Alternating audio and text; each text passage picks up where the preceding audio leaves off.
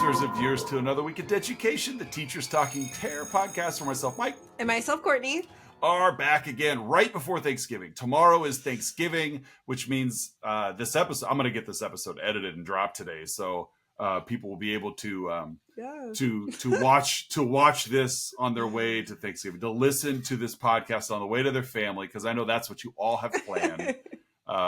But no, we're back this week to talk about my pick, 2024's Oddity, a movie that I fully discovered while listening to Werewolf Ambulance with Alan and Katie, Pittsburgh horror podcast. They've been doing this for like a decade. They're great at it. Head over there and listen to what they've got. But Oddity, it's a movie they talked about, and I thought, you know what? We haven't really watched a movie recently that I feel like spooky. Like, yeah, you know, we've watched some good stuff, but it just, you know, this one was like, oh, this movie was effective and it really hit him, and I'm like, all right, sold me. So Oddity, pretty easy to follow movie, I thought, considering there are some time jumps in the film, but really I thought it was pretty straightforward, but there were some creepy elements. Yeah. Did you jump?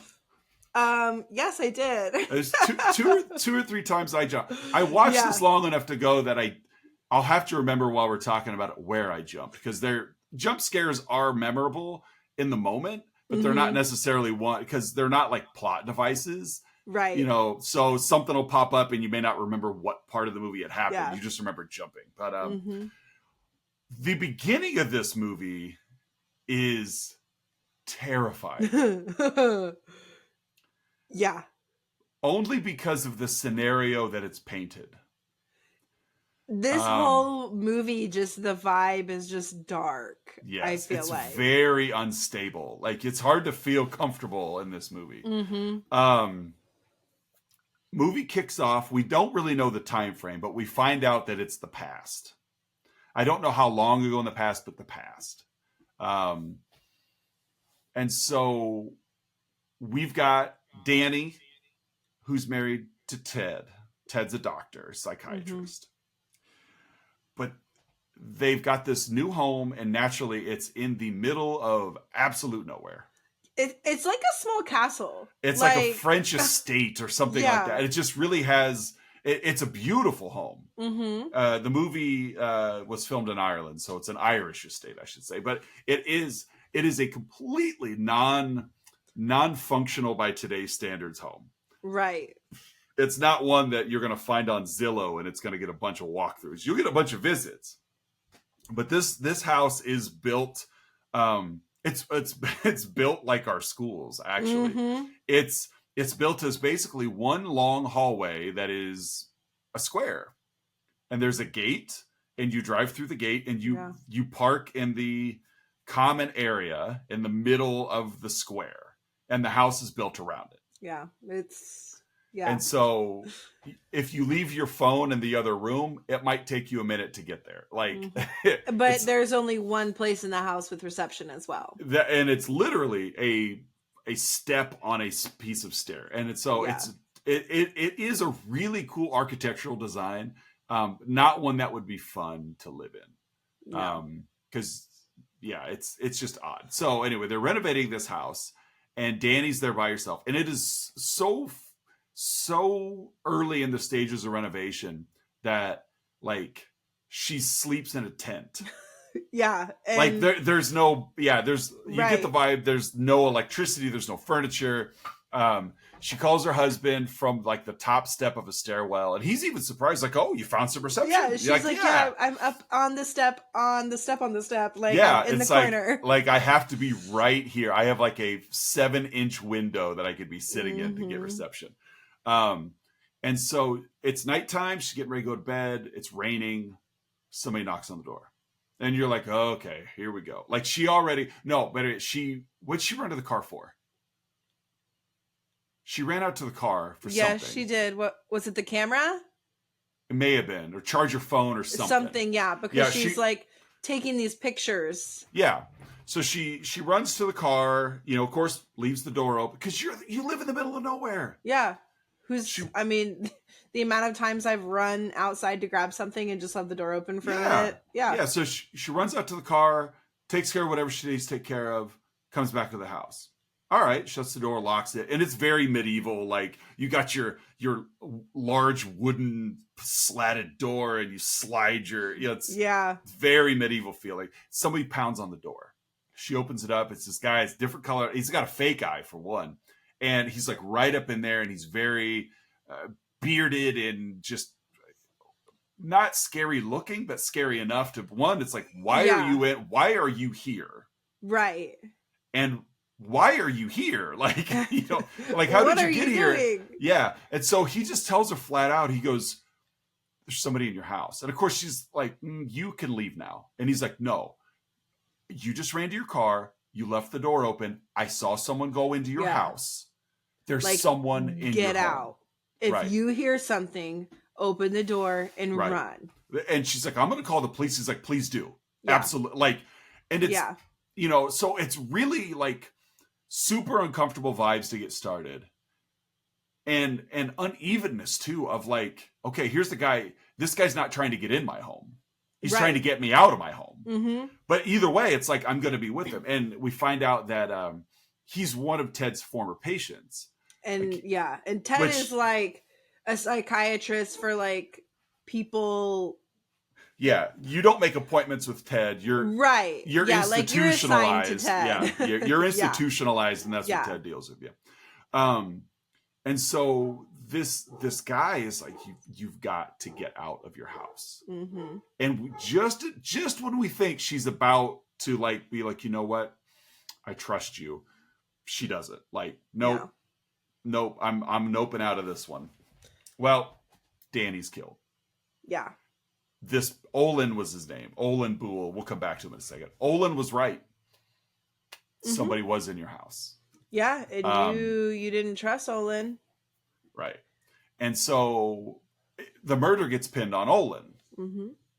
Understandably so. You were there. You saw her. Yeah. Olin then is found murdered, and he's like, again, he is former institutionalized. So now he's out in kind of like this halfway house. And you find out why he was institutionalized later. Right. Yeah, we'll get to that. Yeah, but he's on his way to this halfway house, which I guess I say, like, so we wonder why he was here, but we know we'll find out later why he was here. But anyways, like, he's heading to this halfway house, and just mutilated. Oh yeah, it's not even like somebody injected him with something. Yeah. Like, no, he unrecognizable. Yeah. Like face just pulp. Yeah. And he's of course identified because of his fake eye. Mm-hmm. So that, okay, I see it in the notes here. That was a year ago. So fast forward a year. Danny's got a twin sister, Darcy, who I didn't realize that she was blind until she gets. How long did it take you to realize she was blind? Until she's walking down the street and she's like holding onto the railing. I'm like, is she drunk? Like, what happened? Like this whole interaction. And then it like the camera scans up and you see her with her stick. And I was like, oh, she's blind. Yeah. I get it. Movies have to do this, right? They got to go heavy handed with these things. Yeah. I get it. But it's like, yeah, it just seems like, how interesting. A clairvoyant who can see things is blind. Mm-hmm. Like, isn't that fun? Yeah. Her blindness plays a part.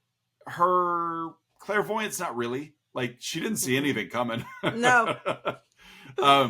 So we fast forward a year. You know, Danny and Darcy were very close. And with that being said, Ted was still fairly close. Like he was looking out for Darcy, whatever. So it's a year later. She's got like a shop. Like she's a psychic, basically. Yeah. She's a clairvoyant. So she's got her shop of peculiars, you know, her shop of curiosities. Like it's just Odello's oddities. Right. As you would guess of someone who is a clairvoyant. Yeah. You know, it's in Hollywood, it seems, in film, clairvoyants always have the means to afford a storefront. Yeah. and the knickknacks that go inside. There, you never see a clairvoyant like bartending No. or nanny, or like, I'm a clairvoyant, but I got to pick up third shift this week. They're all they always are successful enough to have their tchotchke store. Yes. Of oddities, as you say. And so he pops in and they make plans. And of course, she's kind of put off, like, oh, you're dating someone already. Like, you were married, your wife was murdered, and you've moved on. Interesting. Suspicious. But we get that from Darcy. Darcy is played by the same actress as Danny. So she does a fantastic job of separating the personalities, because Darcy's hardcore. Like, of like, I don't have time for your mess. I don't have time. Darcy's scary. Yeah, I like Darcy though. So they make plans to visit. Ted's like, come by the house, or let's make plans. Well, Darcy shows up at the house. By the way, it's a year later. Ted is still living in the house his wife was murdered in.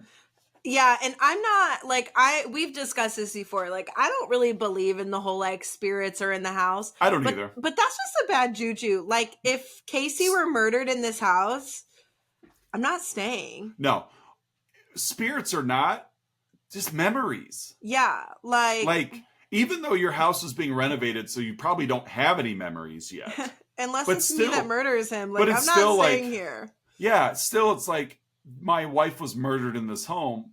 Now I got to renovate, Like, yeah, and hey, girlfriend, go ahead and come stay with me. Right. So he's got a new girlfriend, of course, he met through work, Yana, which we'll get to her. I like Yana a lot, too. I do, too.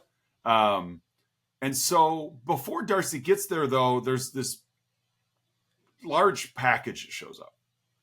And, I mean, it's like a crate size, like delivers on a pallet kind of thing. Yeah. And it's this really odd, like, gigantic wooden mannequin that serves zero purpose in life other than to just look terrifying.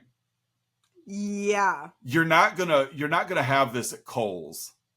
This is like, seriously, there's no use for this mannequin outside of just being a creepy mannequin. Exactly. Like, this is, it's just very, it is. It's just creepy. Like, it literally just sits there, like, with its mouth open, and it's got these holes in its body. Like, it's got him in the back of his head, down his arms, like, just weird. Ted's got to work. Because, when you're the psychiatrist, you got to work the late shift. Like, the patients apparently don't sleep in this asylum. So Ted's got to work, which leaves an interesting situation when Darcy, his former sister-in-law, the blind clairvoyant, is home alone with Yana, the new girlfriend. Like, the recipe for this is already a disaster. These two, there's zero connection why these women are connected in a way that there's no way they're going to get along. Right. Yeah. Like, just, they could be, if they didn't meet under these circumstances, they could be completely pleasant. Yeah. But it's impossible. Like, you're my dead sister's replacement 1 year later. And Yana knows it. Like, for sure. There's a piece here where she finds a camera. I think we get to it if we haven't already. Yeah, we get there. Where Yana finds a camera, one of the cameras that we talked about from earlier, that there's a camera set up that seems to be taking pictures sporadically. And so Yana finds it and she's like, I found this camera. It's got pictures of Danny on it. And Ted's like, throw it out. And Yana's like, it's okay. Like, you have memories. Like, that's your dead wife. I would kind of expect you to want, like, she's not offended by him wanting to hold on. She's almost offended that he's not. Like, like, what's wrong with you? So good for her in the girl power department of being like, whoa, wait. Like, I understand that I replaced her, but she's your wife and was murdered. Like, it's okay to have memories. And he's like, just get rid of it. And they'd been married, like, it was going to be 5 years because this wooden crate and this wooden statue was a gift from Darcy for their 5-year wedding in it. And he's like, we're not married. Like, she died. And it's like, okay, like, wow, all right, whatever. There are some twists in this movie, but spoiler alert, all of these red flags on Ted are warranted. like the movies have done a better job of trying to hide the villain. This movie doesn't. Like, Ted is completely suspicious and uncomfortable from the jump. And there's nothing he does after Danny's death that like puts him in the good guy department. Like, he's still like, "I'll get rid of her. We're not married anymore." Like, no. And some people grieve differently, but this doesn't feel right. So Darcy and Yana left home alone. Yana wants to leave because why wouldn't you? You know, I don't want to stay here with my my boyfriend's former sister-in-law who looks exactly like his wife in the house that his wife was murdered in. Yes, but Yana can't find her keys. But what she does find is that this giant wooden mannequin keeps moving. Yeah. And we're not even talking like it moved from the chair to the couch. We're talking like its head position changes. Like, okay, so this part I jumped at. Like, she's on the phone, she hangs up, she looks over. She's like upstairs. So yes, she's like, and it's like a loft kind of. She looks down where this mannequin's sitting, and its head is just up. And I was like, boop. Yeah, looking right at her. Of course, music swells at just the right time. Even scared Yana because she dropped her cell phone, destroying it. And so Darcy is just like hit a vegetative state or something. She's obviously not watching television. She's just sitting. Yeah, it's Darcy is very like the way she just falls asleep. Yeah. So Darcy's sitting over on the couch, like facing away. And again, it doesn't matter because she's blind. But Yana goes to investigate this mannequin. And like you mentioned earlier, it's basically got like a bowling ball head. There's tons of openings. And she starts pulling things out of the openings in this mannequin's head. Pictures of Danny and Darcy, some hair, a tooth, some blood. Yeah. It's very, very odd. And Darcy somehow is alerted. And now, like, Yana's so sucked into what she's doing that Darcy is now standing up, facing her direction, just starts yelling, "Put them back." Yeah. Like, put them back. Which Yana does. Like, she finds her car keys. She finds her car keys inside the crate that the mannequin was in. Which gives you this vibe that, like, who hid the car keys? Mm-hmm. Did Darcy do it? Because did the mannequin do it? Yana's expected, like, she's suspected Darcy this whole time. Like she won't let me leave. Like, on the phone, she's even like, my keys are gone, and I like she could have taken them for all I know. And Ted's just like, I'll be home soon. Yeah.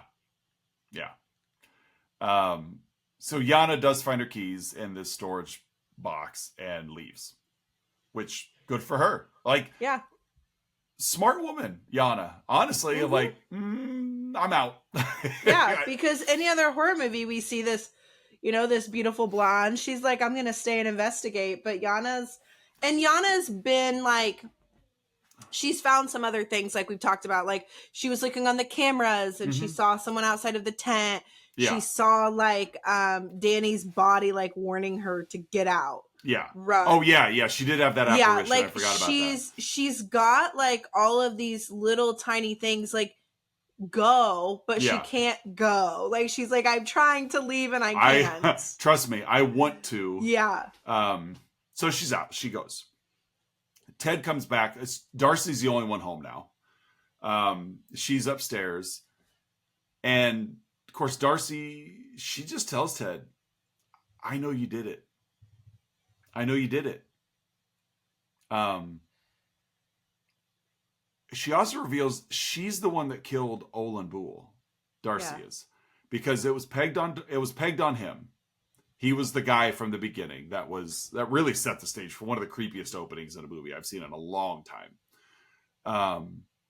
And so she's the one that killed Olin, which you're like, wow, go Darcy. A blind lady did that. But she couldn't see what she was doing. She really didn't mean to go that far. That's why he's chopped to bits. Like, she wanted to make sure she got the job done. I didn't know what I was hitting, so I just kept going. So I hit it all. And so, but she took his glass eye, and of course, being a clairvoyant, et cetera, she does her stuff, whatever that stuff would be. She can read items, I guess claimed. So in reading this item, she discovered that Olin was not guilty. Like, she should have, I don't know, maybe she should have touched him before. Yeah, but in doing that, and like, she gets all of this from this glass eye reading. Olin was innocent, and it was Ted who arranged the murder through the help of one of the orderlies that worked at the psych hospital. Ivan is his name. And Ivan's pretty brutal. I mean, yeah, he's like, again, you see him and you're like, yeah, that guy was involved. Like, it's just, I really enjoyed this movie because, like, even though from the jump, really, as the events are unfolding, all of it is right there in front of us. Yeah. Like, Ted is the bad guy in every, like, there's no nice part of Ted. This isn't like Frozen. No. This isn't like Frozen where, you know, where like what is his name? I couldn't remember it either. Right. Like, he at least is a good guy until he gets there. Prince Han of the Southern Isles. Yes. Yeah. Where it's like, we really think Prince Han's a good guy the entire time until the reveal. And then you're like, oh my God, what a gut punch. This one, like, there's no redeeming quality of Ted throughout this entire film. No. So, okay, of course he's involved. And then we meet Ivan, his orderly. And as soon as you see him, you're like, oh yeah, that guy's evil. Ivan reminded me the first time that I had seen him, like when he walked into Olin's room, he looks like the really muscular Squidward from SpongeBob SquarePants. Yeah. Because his jaw is just like cut so very sharp. Strong jawline. And so, but yeah, these two guys are just bad vibes the entire time. So when they end up being the bad guys, it's not a shock, but it's still a fun journey to get there. Like the movie did a great job of like it did. keeping me interested and tense, even though it's obvious what happened. So yeah, basically Ted has arranged Danny's murder. Ivan's he's gonna be the one to kill her. Okay. Olin overheard these conversations, which is why Olin was so involved with Danny at the beginning. And that's why he was venturing there. Right. Yeah. Like we had said, because he knew he was being released. And that's what he was like, I need to go warn her that this is coming. Now, he didn't have all the details, of course, but I need to go warn her. Now, I get where Olin was coming from, and it definitely helped. It would have really ruined the movie if from the jump he's like, hey, I used to be in your husband's practice. He's planning on killing you, and Ivan's going to do it. That would have, of course, there would be no movie. Yeah. But Darcy knows all this. And she just flat out tells Ted, this is what's happening. Yeah. Smart idea or not from Darcy, do you think? Because again, we're talking about a blind woman in the home of a guy she knows and killed her sister. Right. Like, what's your escape plan here, Darcy? Yeah, because honey, you can't see. Like, this is an unfamiliar house. Right. So I did not think that it was very smart. I'm like, why didn't you just call 911 to begin with? Well, there's no reception in the house. Right. Like, why would you even go there, I guess? Like, why didn't you confront him? Because when he took the eye to her in the beginning. Yeah. So, why didn't you confront him then? Yeah, like, what's the end game here? So, right. Anyway, so Ted is, no, you're wrong, Darcy. I'm innocent. Yeah. I'm innocent. Like, you want to go at, like, meet with the investigator. You like him. You got a good feeling from him. Like, go ahead. Explain everything you did. Because Olin was in this hospital because he beat his mom to death. Like, yeah, are you going to believe him? Yeah. Are you going to believe the vibes he's putting off? We forgot to mention a really, I don't know.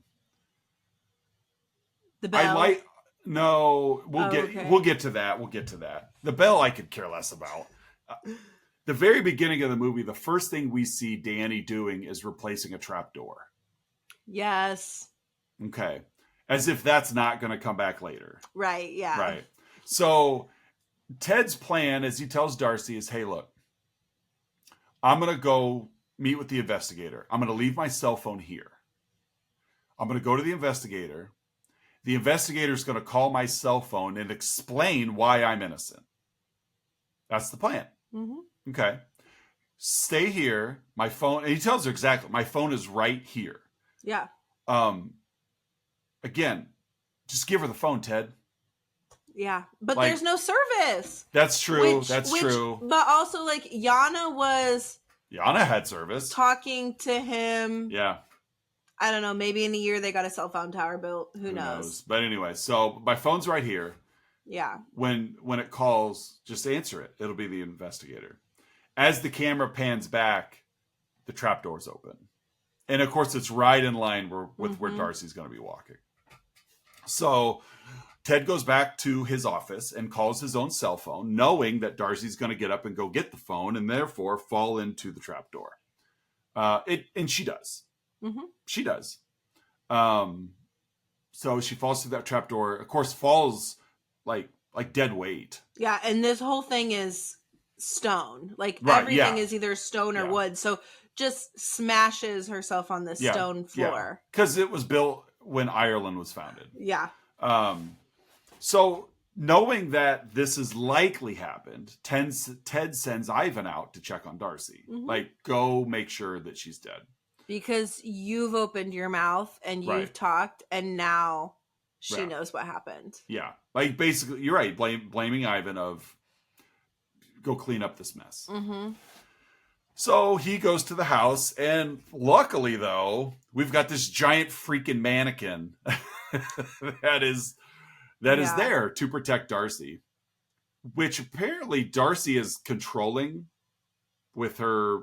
Yeah, with one of her teeth and her hair and her blood. Yeah, with one of her powers. Darcy's a very, very powerful woman. I wonder, like, when did she go blind, and was losing her sight a trade-off for all of this extra supernatural ability? Right. We've got a little mermaid. So, she got her legs. Right. Yeah. So Darcy sicks this mannequin on Ivan. And it's a pretty cool, like, just chase scene. Yeah. Because we don't actually see the mannequin, like, sprinting anywhere or whatever. But it's like, Ivan does a good job. The actor who played Ivan does a good job of being afraid of this inanimate object as it's animated coming after him. And so the mannequin kills Ivan. And Darcy dies afterwards. No, wait. No. The mannequin attacked Ivan. Yes. Didn't kill him. it was like this... I don't know. I really liked this because, like, he goes upstairs, they're on that phone call, like, oh, your phone's broken, like, referring to her, like, I don't know if it's going to be in good keeps, like, you're going to have to get a new one. And meanwhile, she's, like, reaching up to him, and she's like, we are connected. Mm-hmm. And you get this, like, little shining thing that comes down, and it flashes back to Ivan, and he's walking. The camera is still upstairs taking pictures, however it is. He goes to head downstairs, and that mannequin is standing at the bottom of the stairs. And I was like, meh. Yeah. No. So he's like, of course, like, what the heck? And then you get, I don't know. I really like that. Yeah, it was fun. It was. So Ivan doesn't die from the mannequin attack. Darcy is dead. Yes. Darcy and Danny are dead. Yana is just gone. Ted is at work, and Ivan is wounded. Now, you got to remember, anything Ivan talks about, like, he's already on Ted's crap list. Yes. So, Ivan's story sounds ridiculous. It does. I got beat up by a wooden mannequin. Dr. Ted sent me to his home to kill his former sister-in-law, and I got beat up by a mannequin. Like, you need a bed here at the psych hospital. Yeah. Like, Ted's like, it's okay, we'll take care of him. Mm-hmm. And of course, Ted knows the truth, and he's worried that Ivan is just going to keep spitting the facts. So Ted, because he is in a psychiatric hospital, releases this, like, super violent cannibal. Yeah. Who is there getting treatment. Which I love how they introduce the cannibal. Like, they just come up behind, and, like, he just turns his head so slowly. And it's like, you look at, he's crazy. Like, you look at this actor, and I don't know who the actor was, but, like, he just looked crazy. Yeah.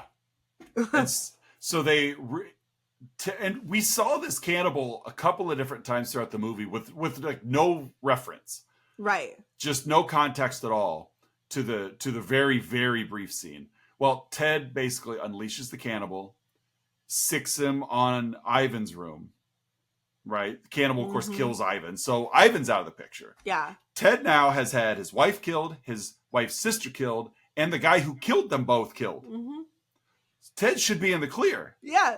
Like mission accomplished. And Yana's just gone. Like, she's she hasn't seen anything outside of just the spooky home that she is just, I'm done, Ted. I'm not coming back to that place. Like, so you're really, still choosing to live there. Yeah. So Ted should be free and clear. Gosh. Right. And you hate it because like that shouldn't work, right? Right. It shouldn't work. Because like you said, Yana's just like, dude, 2 women have died in your home and you don't seem to care. I'm out of this relationship. So we get to the end of the film, which it does wrap things up, and it's kind of a fun way it wraps it up. There was a story that Darcy was telling Ted earlier. Remember, Darcy runs this like curiosity shop. And much like the trap door, of course, this was going to come back later. You know, she's telling Ted the story about this hotel that's haunted by the ghost of this bellhop. And of course, the bellhop is because they ring a bell and you hop to it. That's the whole point of the term. Of course, in the story, they got rid of the bell because after this bellhop had died, whenever someone would ring the bell, that person would end up being killed. That story they told us an hour and 15 minutes ago, right? So then Ted comes home and he's got a gift from Darcy's shop. A preemptive send-off gift before she marched into the lion's den. And it's this bell. And he sits down at a table. We get kind of a shot of him and the bell. And he remembers the story of the bell. And he's very hesitant to ring the bell. He's thinking about it. Oh, absolutely. Because he's like, it's a bell. I mean, that's what people do. They ring bells. And he's just looking at this. Almost like, It's like those videos where like, I'm going to give you 3 Oreos. And then when mommy gets back, if there's 3 Oreos, you can have them. But if not, like, you don't get them. It's like the kid's like, but I want the dang Oreos. And it's like, how about I just eat all 3 Oreos and I get them whether mom comes back or not? Right. Like, so he's looking at this bell and he's like, I remember the story. I remember the tie-in. And he's like, you know what? I don't really believe in this junk. Starts ringing the bell. Okay. And he's doing the Candyman thing where he says it and he's looking around like, like it's all wives' tale. It's all an urban legend. And then the camera backs up again, and that bellhop is the ghostly bellhop is standing right behind him. Cut. End of film. Yeah. We know Ted's getting his. We know Darcy struck from the grave. I really like this movie. So the other jump scare that got me was when she was like telling everything that had happened to Olin and like how he had come to warn, and Danny was in that tent. Yep. And I knew it was coming. I knew it was coming because she's in a tent in this empty house. She's recording. Like she had then dropped her flashlight. Yeah. So or the hammer. Yeah. She literally is just there. Uh-huh. And I was just like, okay, I know something's going to happen. Yeah. And she opens it up and there he just like pops down from the corner. I was like, oh shoot. Of course. Like, and that I love when a movie can deliver that effectively. And when they set up the tension to where you know something, you can even predict what it's going to be. Yes, because the minute she starts unzipping the tent, I was watching, I said, no, don't. Like, don't unzip the tent. And my wife and I are watching, I've even said, I think I even said, I'm like, something's going to pop in. Yeah, like, we just know it. You just know it's going to happen. And you know what? Still scared us. Yeah. Still got us. Yeah. Yeah. Because she waited. I mean, she looked, nothing was there. Right. And then, I get you. I like this movie. What do you grade it? I'm giving it an A+. I really liked this movie. Like, this movie was, I don't want to compare it to The Strangers, but I do in a little bit. Like, it just that effect of, like, our house has a long hallway. Like, you walk in, you've got the main room, and then it's the long hallway with 5 doors. Right. You know what I mean? So it's like, oh, what am I going to look down the hallway and see? That's quite the gauntlet if I have, like, I got to pass a lot of doorways. Yeah, like, I got to go to the first door to go pee in the middle of the night. Right. Yeah. I'm going to give it an A+ as well. I think movies like this deserve attention. It's, there's They're small, under the radar. Probably, Mm-hmm. like horror fans are going to watch them, but maybe they just may not find it. And Yeah. so this is a movie I highly recommend. It is streaming on Shudder. You can also, if you got AMC Plus, you can get it there. Um, but Shudder, this is a Shudder production, so Shudder is where you're going to find this film. You can rent it at a lot of places too. But don't be put off by it. It's a fun movie. It is. It is in English. It's like just hour and 38 minutes or so it's not a long movie. It keeps you going. It doesn't feel like, even though it's not like a slasher film where you've got like Right. a lot of action going on, this is a pretty, it's a slow burn, but it doesn't feel slow. Like there's enough keeping you engaged along the way that you're not waiting for things to develop. Yes. They drop jump scares in at just the right time and just the right way. Like Mm-hmm. they're not like a cat jumping through a window kind of Yeah. jump scare, or a trash can lid falling off kind of jump scare. Like they're done story driven jump scares, and Mm-hmm. it's very well done. Yeah, you got to let it. You got to suspend your belief a little bit to be like, oh, a blind clairvoyant with a giant mannequin. It's like, so what? Right. Like, just run with it. But no, really, really strong film. I really like this one. What character in this movie do you identify with? I mean, I'm gonna 100% say Yana because It didn't surprise me. I'm getting out of there. Yeah. I am not like when she's like, "Do I look dumb?" Yeah. Like, Oh, no. I do. I love that. Do I look I dumb? loved it. And the blind lady's like, "I don't know what you look like." Yeah, she's like, I'm blind, but you sound dumb. Yeah, it kind of, yeah. I don't, a funny story, side totally off, but we have a blind lady at church, and my mom one day had shut the lights off in the back, and people are like, "Where's Judy?" She's like, "Oh no, I shut the lights off on her." And it's like, okay, she's like, "I feel so bad." And it's like, "Mom, no one, like, she's not gonna notice." Right. But also, like, you just got a blind lady sitting in there, like, in the dark. And then one Sunday, Judy asked my mom to grab her coat for her because someone had hung it up. And my mom's like, "Well, what color is it?" And Judy's like, "I'm not sure. I don't know. It might be brown." And I'm like, "Mom, you can't ask a blind person what color their coat is."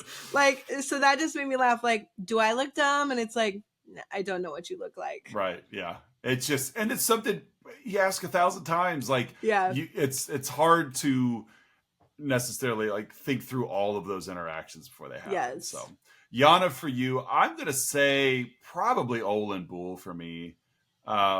Just realistically, probably Yana as well. But yeah, Olin, just I don't like.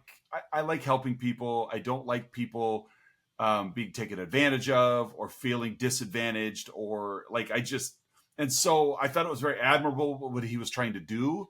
Of course, his character got in the way because you killed your mom and you're a former psych patient, et cetera, et cetera. So it's like the recipe for the delivery wasn't there. That's what made him creepy. But his heart was in the right place. He understood that this woman's in danger, and I'm going to do what I can to try and help her. And so that's the route I would probably take as well. So, okay, so that brings us to a shuffle week. yes, Right. Like we talked a couple of weeks ago, we're kind of abandoning the horror movie scratch offs. We're getting a lot of duds out of that one. Yeah. And there's a lot of good movies on there, but like we also mentioned, those are good movies we're eventually going to watch anyway. Right. That we'll likely get to at some point. So, but I have this book back here, Fangoria's 101 movies you haven't seen or something like that or whatever. And I put them on a playlist. And so we're going to shuffle that playlist and see what we're going to watch. Now, to be fair, some of these movies we've already seen. So I'm going to scroll through here and take some off. Okay. Okay. A Bay of Blood is on this list. You remember that one? Mm-hmm. Okay. Did we watch Black Christmas? I don't think so. Okay, I will leave it on and double check. What else is on the list that we've seen for sure? A Day of the Dead, we would have watched anyway. We did watch Black Christmas, yeah. I thought so. Once I saw the... So that one's off. Yeah, that was the one where the person was like sucked in. Yep. Henry Portrait of a Serial Killer's on the list. So I'm going to take that off the list. That Last House on the Left. So just to show you the caliber of film that we're talking about, because those are pretty gory movies to an extent. Very Motel Hell. We're taking that off the list. Mute Witness is on the list. We're going to take that one off. What else is on here? Anything? Probably should cut this part. Stepfather. Stir of Echoes. So far, I don't think any of the ones I've mentioned you have disliked. Right. I think that might be it for that's it for what we've already covered. Okay. So what was like 6 or 7 movies already? All right. So the first one we're going to watch. Oh, this is such a good one. I'm going to have my daughter watch this one with me. We're going to be covering the year 2000. We're going to be talking about a movie called Ginger Snaps. It's a werewolf movie. And it's a Canadian, kind of an independent film. I've seen this movie several times. It's a really good movie. I really, really like this movie. But it is very much an analogy for a girl's changing body. Okay. Okay. Think about the lineup here. You would have gotten this out of it anyway, so I'm not spoiling anything. But there are a certain event in a young woman's life that happens once a month. Full moons happen once a month. So you've got that, that kind of lineup of, werewolf and the effects on hormones of a woman's body. I really, really, really like this movie. This is one that I was going to recommend my daughter watch at some point anyway. But now that it is the first one to pop up on the Fangoria list, I'm going to talk her into watching it with me. So we will be back next week to talk about Ginger Snaps from the year 2000. Social media-wise, you guys can find us on Facebook, Instagram, and TikTok. YouTube Shorts as well if you're watching or want some snippets. Other than that, you got anything to share before we sign off? Pre-Thanksgiving? Enjoy your Thanksgiving meal. What is your favorite Thanksgiving food? Oh, man. That's a hard one. I got 3 that I just look forward to every year. What are the 3? Green bean casserole. Okay. The deviled eggs and mashed potatoes. Okay. Are you a turkey fan? No. I'm a long believer in I enjoy Thanksgiving for the sides. Yes. Yeah. I think forget the meat. Yeah. I'm a protein guy. I love a meat lover's pizza but when it comes to holiday meats, I'm not a huge fan of turkey or ham. Okay. I do love ham if I've got horseradish sauce to go with it. Fair enough. Yes. I'm a dark meat poultry eater. Mm-hmm. I don't like dry meat. Yeah. I want a chicken leg. I'll take if we're talking fried chicken, right? Right. I'll take the chicken leg over a chicken breast any day. Any day. Yeah. And so I'm the same way with turkey. If I eat turkey, it's got to be dark meat. So growing up, my great grandma would always make the turkey, and she would lay it out 2 weeks ahead of time, and then she would thaw it out in the bathtub. And then she would cook it. This is now a week ahead of time. And then she would put it in her car in the trunk to stay cold. And then she would cook it again. And when you would go over there, she's always like, get your turkey. And you're just taking a slab of turkey.